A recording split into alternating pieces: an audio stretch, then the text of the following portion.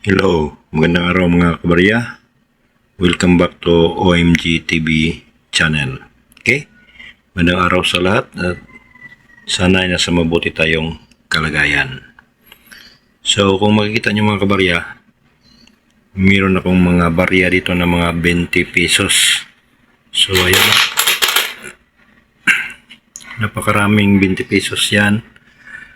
At alam nyo ba na lahat na ito ay 2019. So ayan o, kung makikita natin yung kanyang date. So yan, 2019. Yung isa naman, lahat yan ay 2019 no, mga kabarya, yung aking mga 20 pesos na naipon. Okay, so kung bakit ko ito ipinakita sa inyo, kasi itong mga barya na 2019 ay malapit ng maging rare no, kasi 2025 na ngayon at yung 2019 na barya ay wala nang ginawa sa ngayon, kaya paubos na ito no, nasa sirkulasyon na, wala nang bagong vintage. Okay, so alam niya naman natin na itong mga 20 pesos coin ay mayroong iba't ibang baryan, kada taon mayroong baryan. So ang 2019 ang pinaka matagal na sa ngayon itong mga 20 pesos coin, kasi nga ang NGC ay nagsimula sa 2017, ngunit walang barya na 20 pesos na ginawa. Nagsimula ang paggawa ng 20 pesos na barya noong 2019, kaya mag ilang taon pa lamang ito, mga 6 na taon pa lamang. So ang pinakamatanda dito mga kabarya ay itong 2019 na vintage. So ayan o, yan 2019 pa rin yan o, nakikita nyo. So bakit ko ito pinakita sa inyo, kasi mayroon akong hinahanap dito kung sino ang makapakita ng 2019 na error.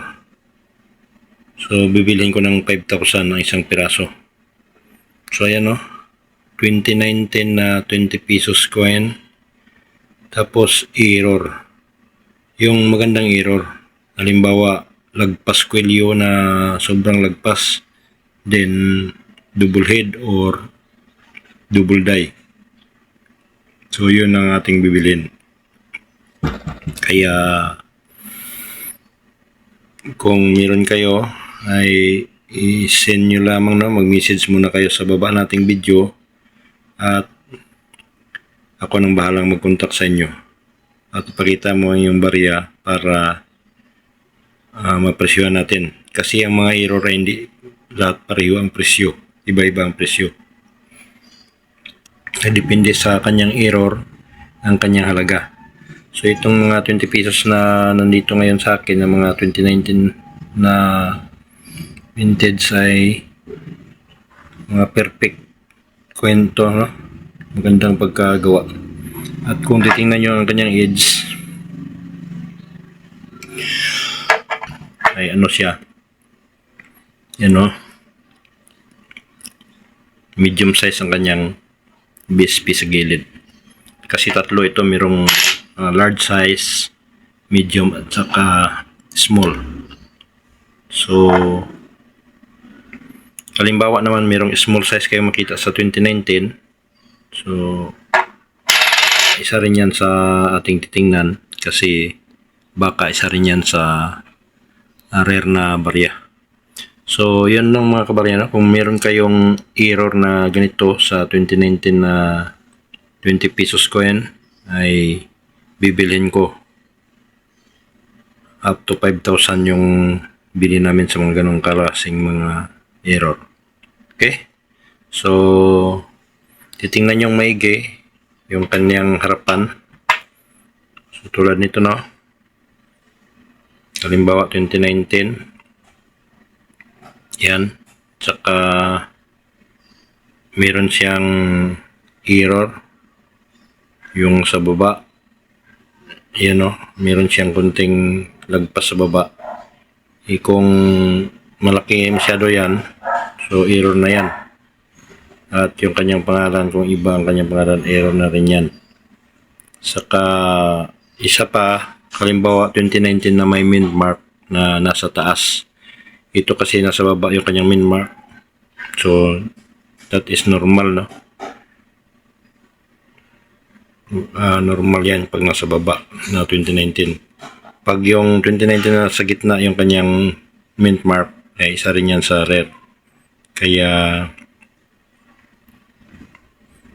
pag meron kayo yan, ay mag-message lamang para makita natin at mapag-usapan natin ang halaga. Okay? So, halimbawa rin naman kung meron kayong mga 2019 na double face, yung mukha ni Emilio Aguinaldo ay dalawa. So, no? Yung mukha ng hero dito ay dalawa. Yun ay malaking error, no? Tsaka napakaganda na error yan. At kung meron naman kayong ganitong barya 2019 tapos RDA, ay isa rin yan sa magandang error. Kaya ipakita nyo lamang, mag-message at ipakita sa ating Facebook page or sa baba ng ating video para mapag-usapan natin ang presyo. Okay, so sa ngayon ay nanap namin ang mga 20 pesos na ganito kasi rare na ang mga ito. Ang 2019 na 20 pesos na high mint mark, double die. Yung double die, yung double ang pagka-lettering at ang mukha. At double face, no? Halimbawa, dalawa ang mukha na nakadikit dyan sa 20 pesos na yan ay rare yan, na error. At kung yung harapan at saka likod ay hindi pareho yung direksyon, halimbawa yung likod ay naka-cross yan, no, sa harapan, ay rare din yan. Kaya ganyan ang binibili namin ng mga hanggang 5,000 ang presyo sa mga error na 20 pesos coin. Okay? So kung meron kayo, ay ipakita sa baba nating video para mapag-usapan natin ang presyo. Okay? So sa ngayon, ito lamang ang may share ko sa inyo at sana ay paki-like na lang ng ating video at saka share or subscribe sa aking OMG TV channel para tulong na rin sa aming mga content creator. Malaking tulong na rin yan para sa pagpatuloy natin sa ating mga koleksyon na mga barya at pagpapaalam sa iba kung ano ang mga rare at ang mga hard to find or normal na barya. Okay, maraming salamat sa panonood at huwag kalimutan ang OMG TV channel. Doon sa hindi pa nakapag-subscribe, mag-subscribe kayo para like kayo ma-update sa mga bagong video na ma-upload natin. Ulitin ko, magandang araw sa lahat and God bless.